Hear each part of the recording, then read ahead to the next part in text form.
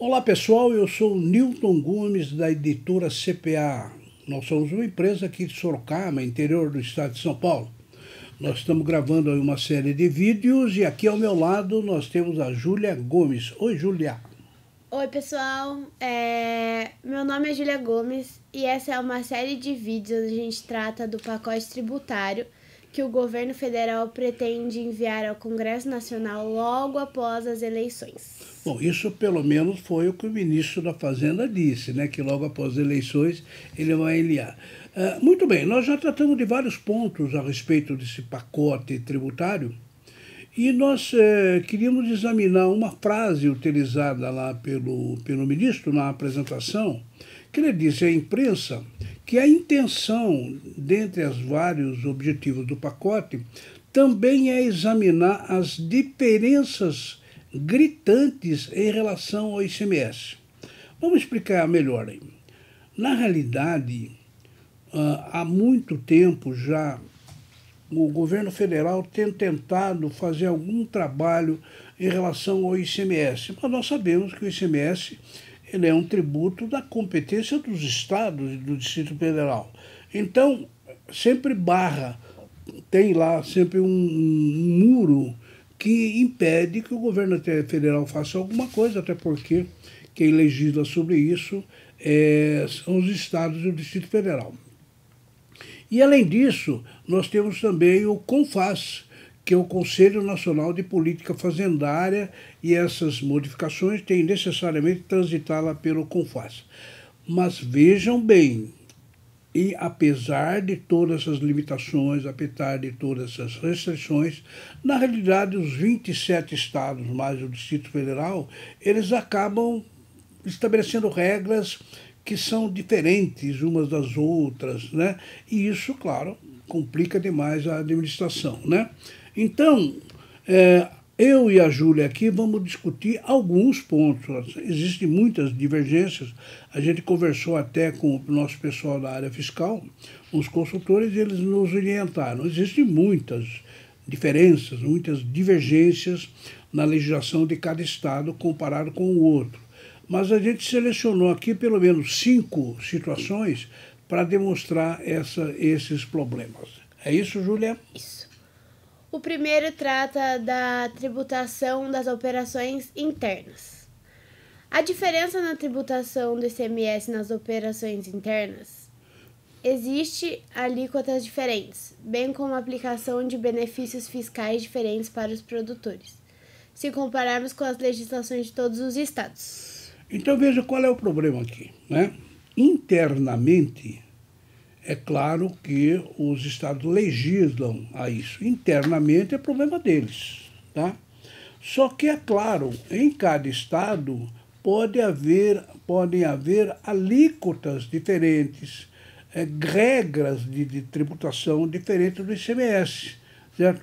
Ora, essa problemática de regras diferentes complica o imposto, principalmente quem é de outro estado, que vai fazer negócio naquele estado. Então, essas regras, e além disso, essa aplicação de benefícios fiscais diferentes para os produtos, na comparação, eles acabam trazendo muito problema. O que me parece é que o Ministério da Fazenda, o governo federal, eu acho que ele vai interceder junto aos estados, aos governadores, aos secretários de Fazenda, para tentar, talvez, uniformizar essas regras para acabar com esses problemas, né? Mas o primeiro que nós temos aí é essa questão das operações internas. Mas você se lembra que eu falei que são 5 situações.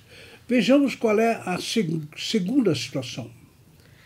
Há uma diferença entre o tratamento fiscal sobre a pessoa do produtor rural.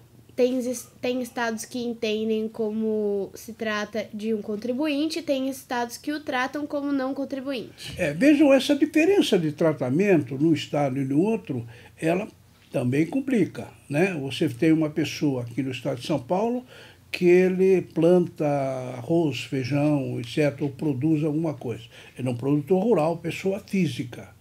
Só que há estados que consideram esse produtor rural como um contribuinte do ICMS. E tem outros estados que não. certo? Então, essa diferença de tratamento entre um Estado e o outro acaba complicando sempre a questão da legislação. Então, novamente, qual seria talvez a intenção do governo federal? Interceder junto aos governadores, aos secretários de Fazenda e no CONFAS, no Conselho Nacional de Política Fazendária, para que a gente pudesse fazer aí uma espécie de uma uniformização de tratamento, inclusive nessa questão do produtor rural, que existem muitas diferenças, né? Então, essa é a segunda divergência que salta aos olhos, porque são diferenças gritantes, né? Vejamos uma terceira situação. A terceira é a diferença entre o tratamento fiscal sobre a pessoa da empresa de construção civil. Tem estados que entendem que se trata de contribuinte, tem estados que a tratam como não contribuinte. Veja bem, a questão da empresa de construção civil, como nós sabemos, a construção civil é uma prestadora de serviços, né? Por exemplo, alguém precisa construir uma casa, um prédio, contrata uma empresa de construção civil, aí essa empresa vai lá com pedreiro, encanador, pintor, eletricista, enfim, engenheiro, etc., e constrói. E cobra pelo serviço prestado, cobra 100 mil, 200 mil por isso. Então, a empresa de construção civil, em princípio, ela é uma empresa prestadora de serviços. Só que a empresa de construção civil, ela movimenta mercadorias. Por exemplo, o tijolo sai dali, vai para lá, o cimento sai daqui, vai para lá, né? E esse trânsito, esse tráfico de mercadorias, alguns estados, eles entendem que essa empresa é um contribuinte. Não quer dizer que vai pagar imposto, porque ela paga ISS, mas é um contribuinte no sentido de controle, emissão de nota e assim por diante, né? Então vejam qual é a dificuldade. Alguns estados tratam a empresa de construção civil como contribuinte do ICMS. Outros estados têm um tratamento diferente e tratam como não contribuinte, né? Esse também é uma divergência bastante gritante e que talvez o Ministério da Fazenda queira achar um lugar comum aí para facilitar a administração. Mas nós temos agora a quarta situação. A diferença nas regras de emissão dos documentos fiscais. Por exemplo, tem estados que prevêem a emissão da nota fiscal avulsa e tem estados que não prevêem. Exatamente. Aqui é uma situação interessante, né? Você tem uma pessoa jurídica que ela raramente faz uma operação sujeita ao ICMS. Era uma empresa de prestação de serviço ou qualquer outro tipo de empresa e ela não faz operações que estariam sujeitas à emissão de documentos fiscais. Mas tem alguns estados que, dependendo do que ela vai fazer, eles autorizam que essa pessoa jurídica emita uma nota fiscal avulsa. Por que nota fiscal avulsa? Porque se ela for contribuinte, claro, já tem o talão, já tem a estrutura de emissão de nota. Ela emite nota naturalmente, todos os dias, etc., faz as operações corriqueiramente. Então, ela tem a estrutura para emitir a nota fiscal. Mas como ela faz isso muito de vez em quando, ela, se tiver que fazer uma operação dessa natureza, ela não tem autorização. Digamos assim, para raciocinar um pouco antigamente, não tem talonário de nota assim, né? Mas aí o Estado, ou alguns estados, autorizam que essa empresa, nessa situação, emita uma nota fiscal avulsa. Isto é, uma nota que não tem a ver com uma sequência, ela é avulsa, né? Alguns estados prevêem essa situação e autorizam. Agora, existem estados que não autorizam a emissão de nota fiscal avulsa. E aí tem uma outra solução, claro, legal, né? Talvez uma nota fiscal de entrada do comprador e assim por diante, um documento, né? Então, essa também é uma divergência, é uma diferença muito complicada, né, dessa legislação, que, pelo que eu estou sentindo, o governo federal vai interceder para ver se padroniza essas questões. Mas vejam, nós temos também uma quinta situação dessa história das diferenças, das divergências gritantes aí. Vamos lá. Diferença nas regras de correção de documentos fiscais. Por exemplo, tem estados que prevêem a emissão da nota fiscal de devolução de valores na hipótese de ter sido emitida a nota fiscal com valor maior que o correto, e estados que não prevêem essa nota fiscal de devolução de valores. Pois é, aqui é uma situação bastante interessante, né, Júlia? Imagina, a empresa, ela vendeu uma mercadoria por R$2.000.